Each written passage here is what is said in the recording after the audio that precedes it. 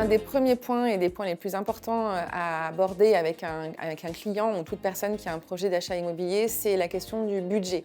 Il est essentiel de démarrer sur un budget qui soit fiable et un budget, ça ne s'estime pas soi-même sur un tableau Excel ou au doigt mouillé. Il y a plein de paramètres qui vont rentrer en ligne de compte que l'on ne maîtrise pas forcément toujours et ce sont les banques qui édictent les règles. Donc il faut savoir tenir compte de sa partie fixe de revenus mais versus peut-être sa partie variable, des encours d'emprunts qu'on peut avoir à la consommation, d'autres emprunts immobiliers. Quelle est la stabilité de sa situation financière? Est-ce qu'on a un bien qui va être à la vente, pas à la vente?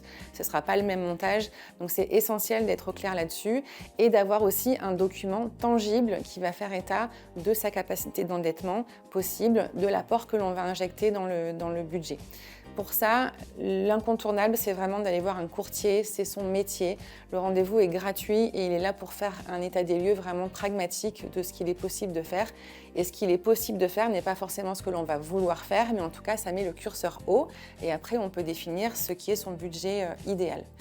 Il n'y a rien de pire que de partir sur un mauvais postulat parce que ça va faire visiter des biens auxquels on pourra peut-être au final pas prétendre et devoir faire le deuil de critères qui n'auraient jamais dû être les siens, c'est extrêmement frustrant et c'est une perte de temps considérable en plus de la frustration.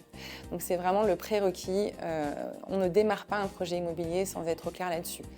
L'autre point qui peut-être concerne plus les primo-accédants, c'est de bien comprendre ce qui compose un budget d'acquisition d'un bien immobilier, à savoir le budget dit d'acquisition qui porte sur le prix du bien et tous les frais, donc les frais d'acquisition que l'on appelle communément les frais de notaire, qui sont essentiellement des taxes pour l'État, et éventuellement les travaux ou autres frais qu'on pourrait avoir à injecter dans le projet.